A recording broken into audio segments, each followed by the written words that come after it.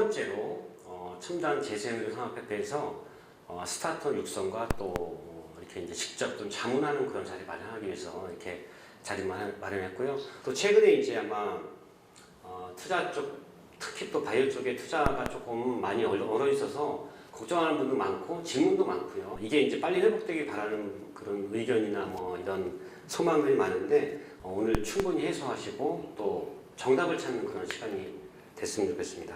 먼저 저희 참석한 분들 소개하고 본인 소개, 또 회사 소개, 또 이런 부분 포함해서 같이 좀 하겠습니다. 먼저 GC셀의 백창우 이사님께 소개를 좀 부탁드리겠습니다.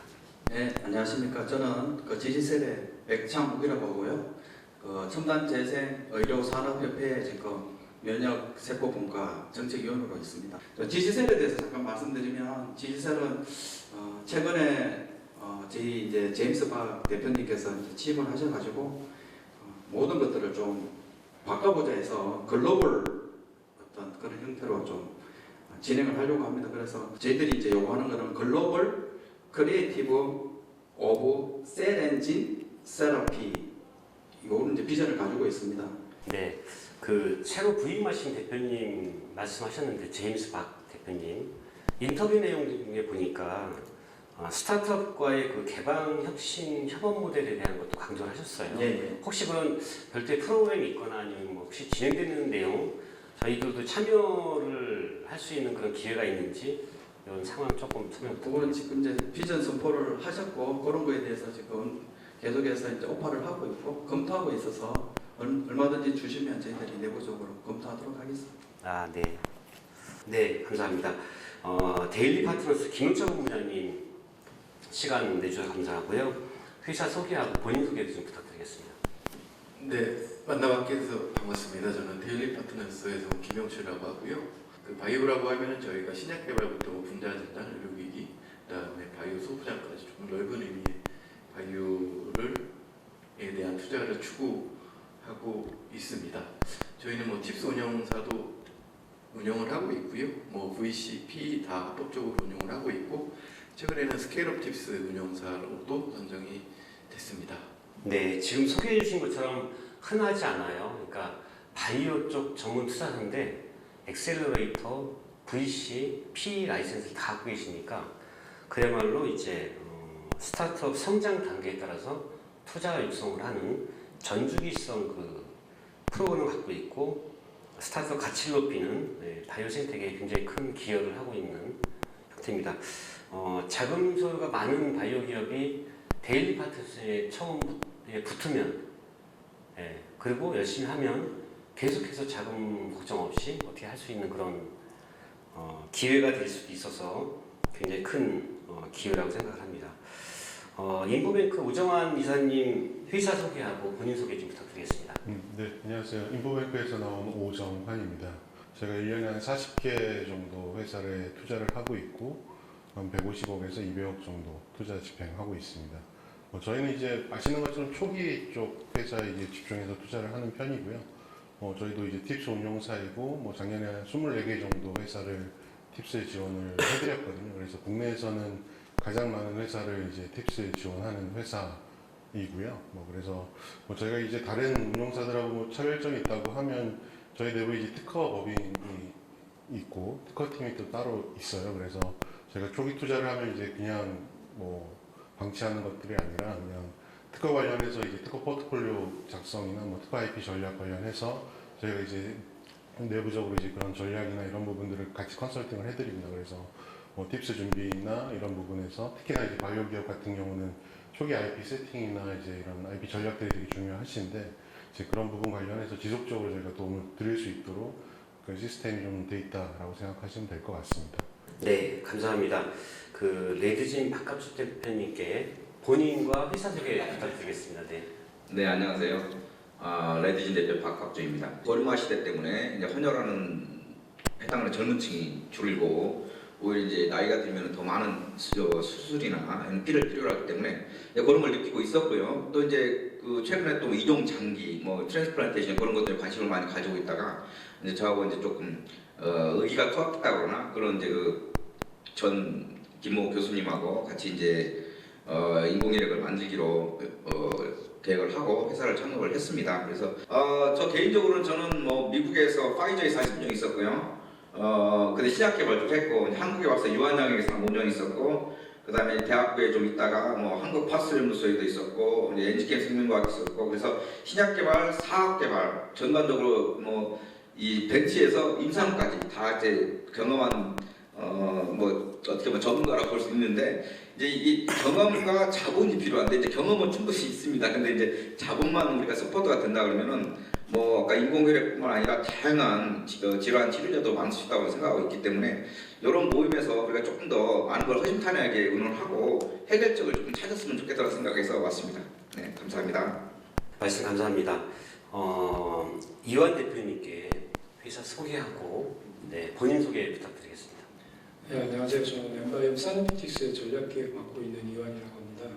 저희 회사는 경희대학교 바이오메디컬 연구센터에서 스핀오프한 3년차 스타트업이고요.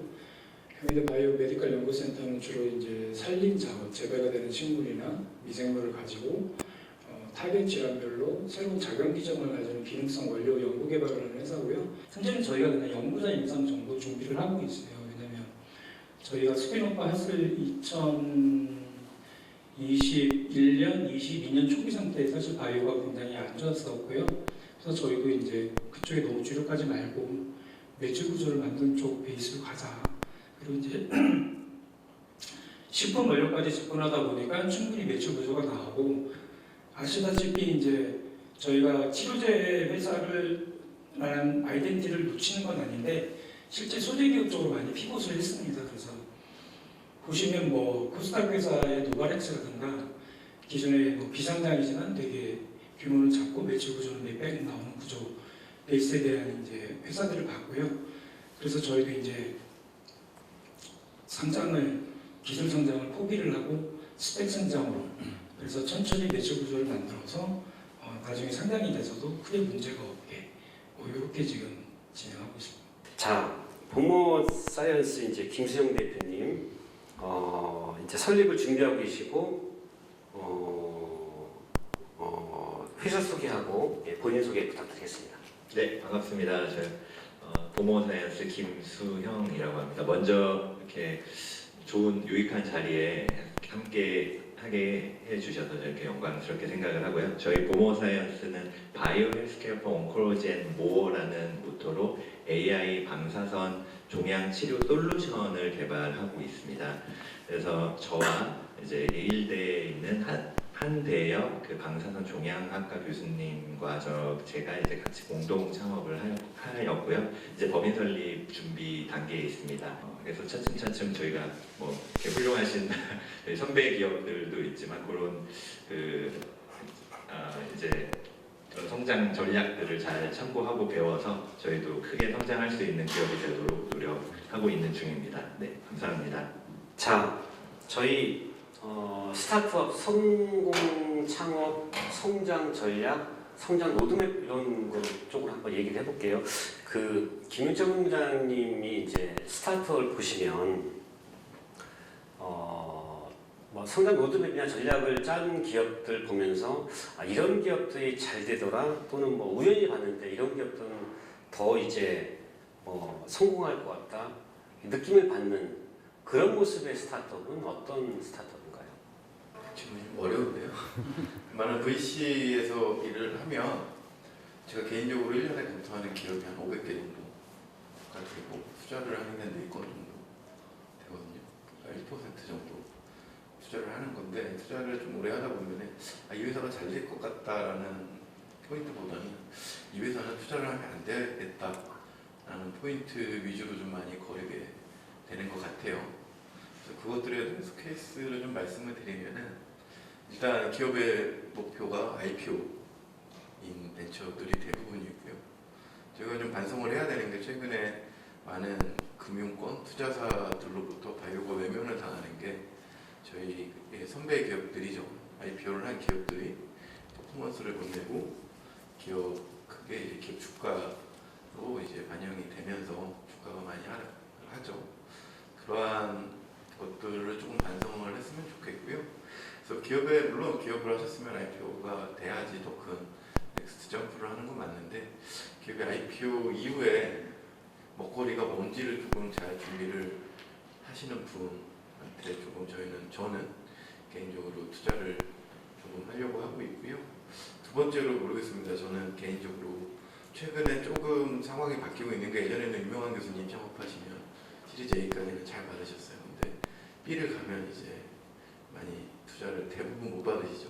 그런 게 반영이 돼서 최근에는 교수님의 이름값으로 투자를 좀 받는 시기는 조금 아닌 것 같다라고 조금 판단이 되어서 정말로 뭐 교수님 기술로 창업을 하시되 그 연구도 해보시고 그거를 사업 개발까지 끌어간 인력이 있으신 기업한테 저는 좀 투자를 하려고 하고 있습니다.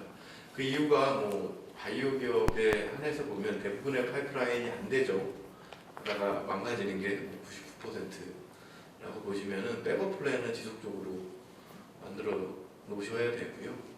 그다음에 그 파이프라인이 안 되는 걸 조금 인정하고 넥스트 파이프라인으로 빨리 피벗하는 그러한 조금 능력과 그러한 눈치라고 해야 되냐 그런 게 필요하거든요.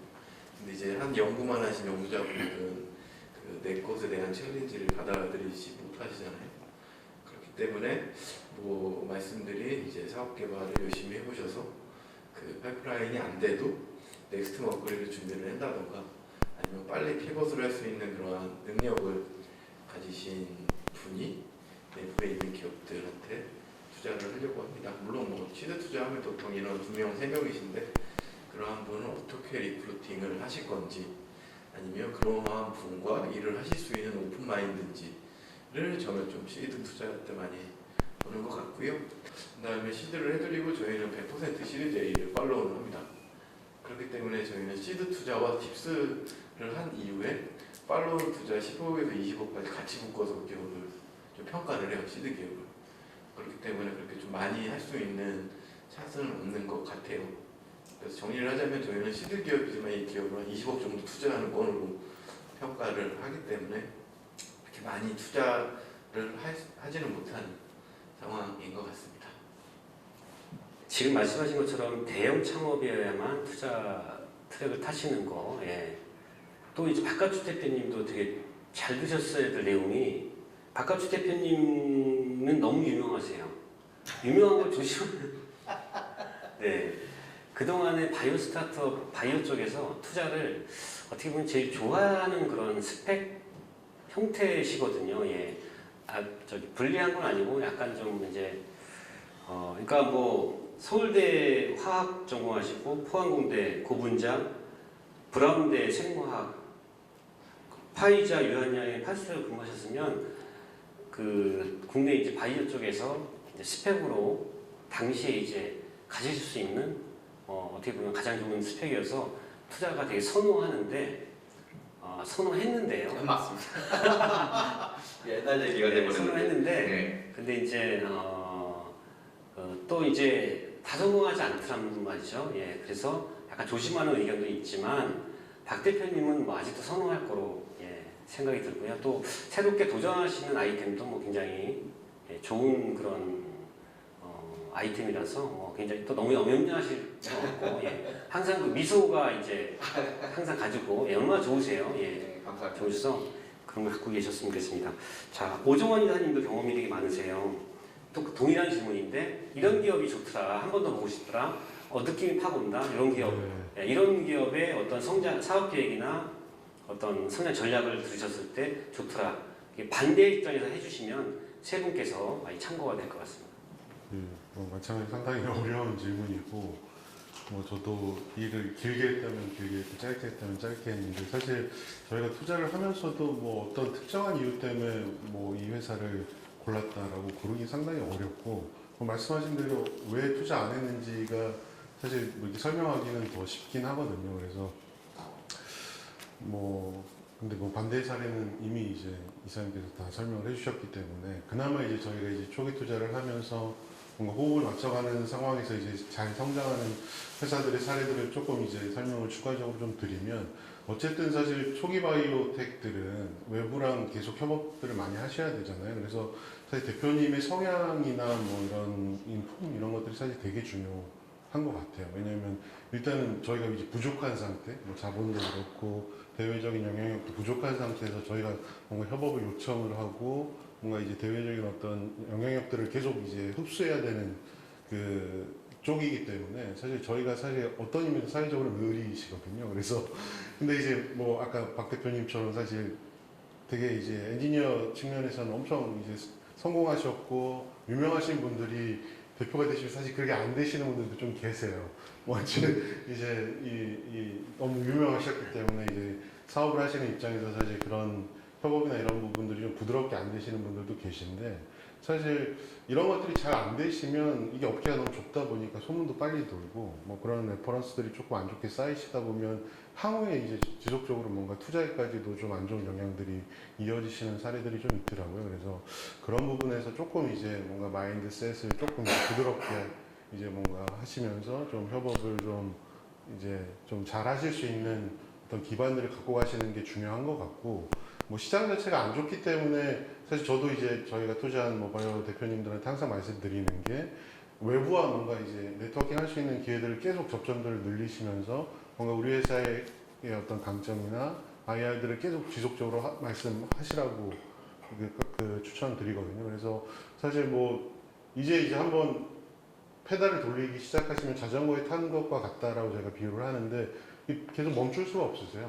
멈추시면 이제 쓰러지시기 때문에 사실 이 페달을 돌리는 시점이 언제까지가 될지 모르지만 대표님들은 계속 돌리셔야 되는 거예요. 그래서 사실 펀딩이 끝났다고 해서 안심하실 게 아니라 계속 이후 스테이지에 맞게끔 또 펀딩을 준비하시고 또 진행하시고 하셔야 되기 때문에 계속적으로 뭔가 이런 과정들을 지속적으로 할 수 있는 어떤 체력 관리도 중요하시고, 뭔가 그런 어떤 정신적인 어떤 스트레스 관리나 이런 부분들도 상당히 중요하게 필요하시거든요. 그래서 그런 뭐 전체적인 부분들을 잘 관리하시는 것도 중요하고, 또 뭐 대표님들 입장에서는 초기 인력 관리나 팀 빌딩이 상당히 중요하실 거예요. 그래서 스타트업들이 뭐 잘 해주신다고 하시지만 뭐 여러 가지 측면에서 대기업들하고 비교했을 때는 뭐 엔지니어들의 대우라든가 어떤 팀 분위기라든가 뭐 이런 측면에서 상당히 좀 불안정한 부분들이 많기 때문에 인력 유출이나 뭐 이런 변동들이 많이 생길 수밖에 없으시거든요. 그래서 그런 사항들도 계속 이제 같이 가져갈 수 있으시려고 하면 뭐 사실 뭐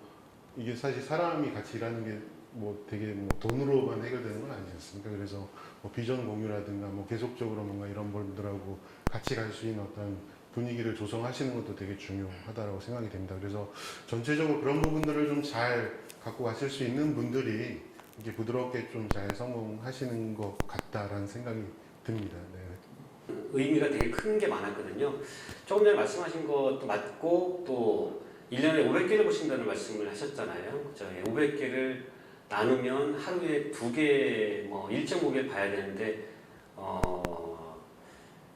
그냥 근무일수로 보면 하루에 2개 정도를 봐야 되는데요. 그거는 이제 그것만 볼 수 없잖아요. 다른 일도 많고, 또 깊이 있게 봐야 되는데, 그러면 아이템에 대해나 하는 일에 대한 키워드 같은 것도 좀 뽑아내시고, 임팩트적인 부분들에 끝까지 다 보거든요. 예. 몇 페이지만 보고 끝날 수 있는 게 되게 많아서, 그걸 되게 끝까지 보게 하고, 또, 조금 이제 좀 집중을 해야 되겠죠. 예. 양보다는 약간 좀 큰 키워드와 방향 가지고 좀 가고, 그리고 그 자료를 보신 분, 저희 본부장님 같은 분이 저희한테 연락이 와서 미팅을 하자고 하면 더 큰 걸 보여줄 수 있는 그런 준비 단계, 한 번에 막 50장을 적어내봐야 사실 다 보기가 약간 쉽지 않은, 예, 실제로 대응을 하시는 걸 대응하셔야 되고 이제 투자하는 걸 받으셔야 되기 때문에 그런 부분 포함해서 같이 좀 느꼈으면 좋겠습니다. 저희 R&D에 대한 거를 좀 얘기를 할 건데요. R&D 관련해서 생각을 해보면, 요거는 이제 백창훈 이사님께 여쭤보는 게 좋을 것 같은데, GC3 동종 NK 세포 치료제 이상 중간별파 발표가 예정되어 있고, 또 국내 기업으로는 처음으로 이제 동종 NK 세포 치료제 임상 결과가 공개되는 것이 이번이 처음이라고 하고, 아마 임상 안정성 이슈도 없고, 또 카티 치료로 실패한 환자한테 반응이 보여서 분위기가 약간 좀 높아지고 있는데요. 뭐 회사 분위기도 좀 높아지고 있습니까? 일단 이번에 아소코에서 이제 저희가 아까 협업을 말씀하셨는데 저희가 이제 아티바 그다음에 MSD 뭐 이렇게 해서 지금 하고 있는데요. 그 AB급 이번 아소코에서 발표했던 거는 이제 AB101이라고 해가지고 환자의 혈액으로 하는 것들이 아니라 코드블러드에서 발치됐던 NK 세포를 가지고 리투시마랑해서 이제 림프종에다가 했습니다. 그래서 그 결과가 어떻게 나왔냐면 이제 치료군하고 대조군하고 단독으로 했을 때 11명 중에 3명, 그래서 이제 27% 정도 효과가 났는데 저희들이 했을 때 이제 병용 치료죠. 했을 때 리투시마랑 AB101이랑 했을 때 이제 6명 중에 4명이 ORR 객관적인 반응률이라 하죠. 나왔고 그 중에 3명이 CR이 나왔다. 그래서 상당히 고무적으로 바라보고 있습니다. 그래서 그러한 것들이 이제 저희들이 이제 같이 할 수 있는 역할을 나누어서 하고 있고요. 2001년도에는 저희들이 이제 CAR-NK 고용함에 대해서 3종에 대한 어떤 공동 개발로 해서 이제 2조짜리 계약을 하면서 센세이션을 일으켰죠. 그래서 첫단 이제 녹십자가 그 당시 이제 녹십자 랩셀 지금 지시셀이 하는 것들을 좀 관심 있게 바라보는 것 같고요.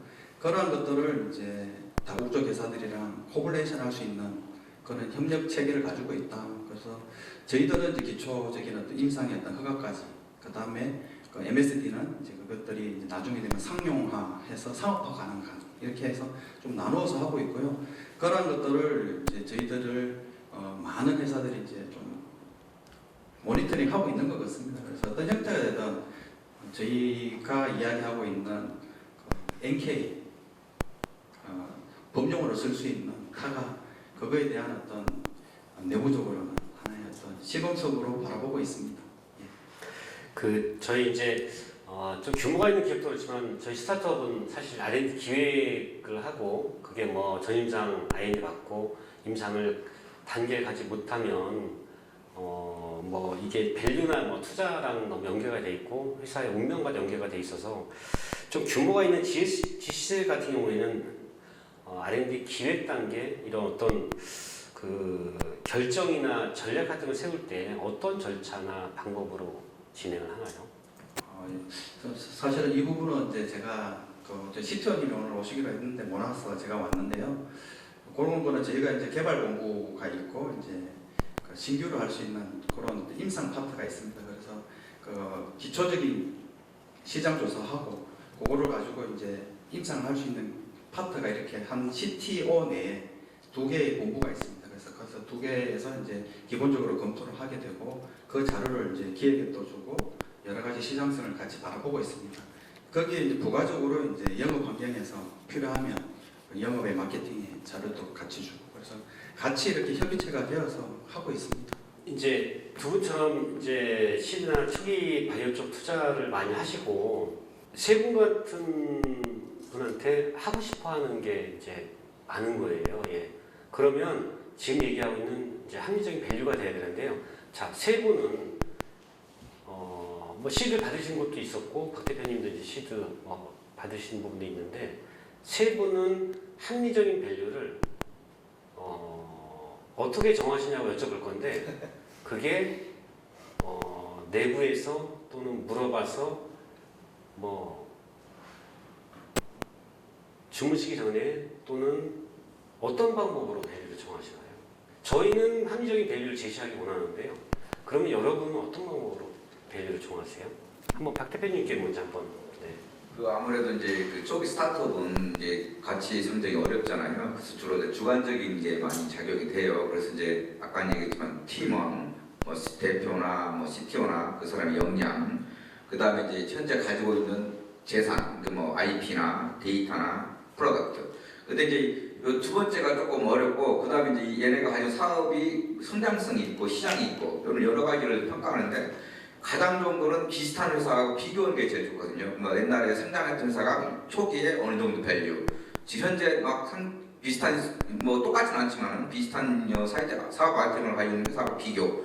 거기서 이제 플러스 알파 해가지고 이제 같이 성장하는데 이제 저희 같은 경우는 초기에 뭐 워낙 이제 저뿐만 아니라 같이 이제 공동창을 했던 그 김모 교수가 이렇게 밸류가 좀 페임이 좀 있어서 주변에서 막 서로 막 투자하겠다고 서로 막 해가지고 밸류가 좀 높아졌어요. 그래서 처음에 신났죠. 아이고 이 높은 밸류 얼마나 좋아. 그 다음에 이제 문제가 생기는 거예요. 밸류를 좀 높은 밸류를 갖다 보니 그 다음에 VC들이 너네 밸류가 이렇게 높아. 우리는 못하겠어. 이렇게 이제 하는 그 어려움이 또 있어요. 그래서 이 밸류 좀 다시 해야 되나 이런 고민을 좀 하고 있습니다. 비상장 밸류는 내려가는 게 없잖아요. 예, 자금을 받고 내려가면은 그 다음 투자가 안 들어오니까 처음부터 이 밸류는 정말 독이 될 수 있어서 오정환 이사님께 네.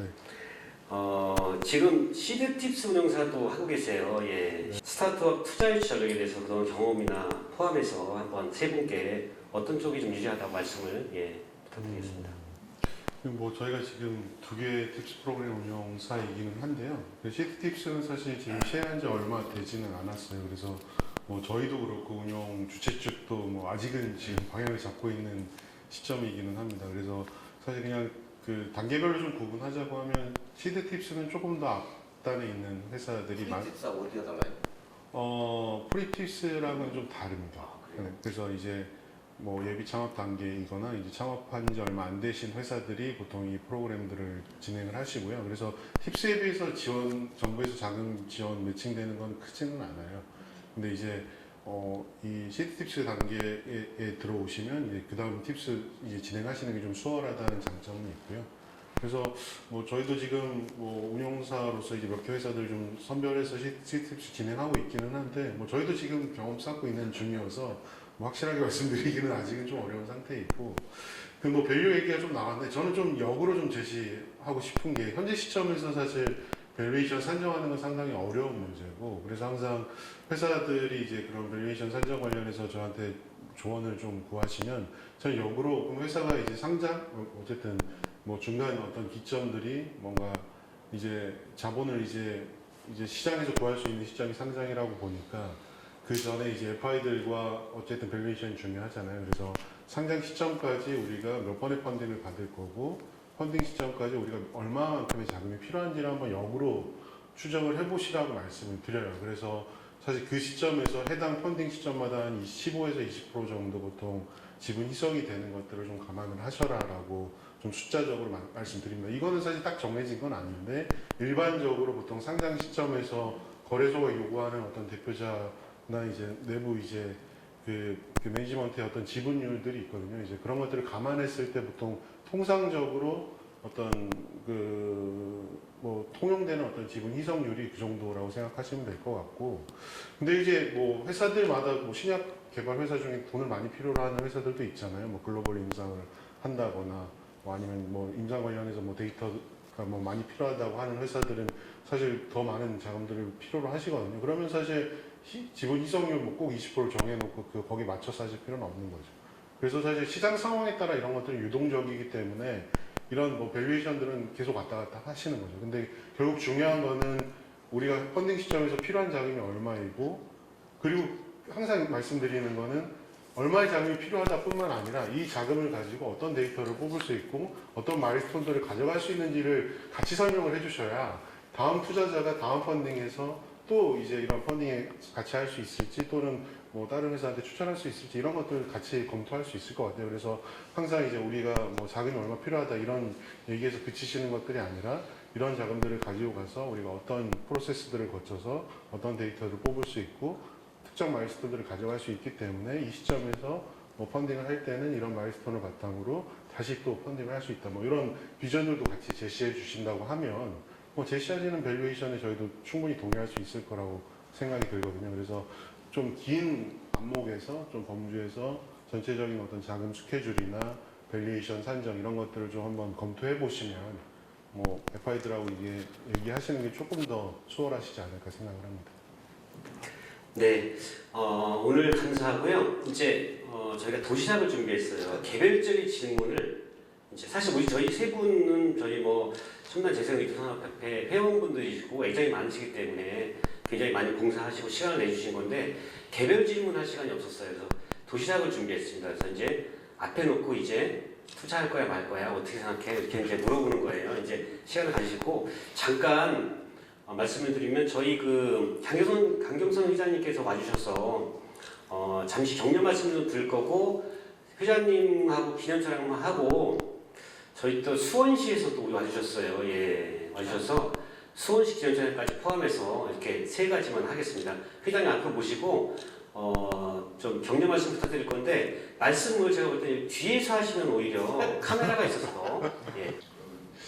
그래서 오늘 저도 뒤에서 잠깐 말씀하시는 것들, 그래서 우리 멘토와 멘티가 돼서 또 대기업하고 또 스타트업, 저도 뭐 스타트업을 최근에도 또 설립도 하고 또 상장도 해보고 뭐 이렇게 해봤습니다만 여러 가지 바이오 기업에 대한 밸류에이션을 하는 것이 사실은 굉장히 어렵습니다. 그래서 미래 가치를, 그 회사의 가치는 미래 가치를 현재의 가치로 이렇게 다시 한번 보는 것인데 투자분들, 투자자 하시는 분들, 그다음에 기업들, 그래서 이런 초기 스타트업들 많이 좀 격려해 주시고 투자도 많이 해주고 적극적으로 해주시면 감사하고요. 또 이런 프로그램을 통해서 잘 저희 그 협회에서 지금 두 번째로 진행하는 것 같은데 이렇게 했을 때 또 많은 기업들이 또 도움을 받고 또 이런 것이 그냥 멘토 멘티로서 형식적으로 끝나지 말고 실질적인 투자도 이루어지고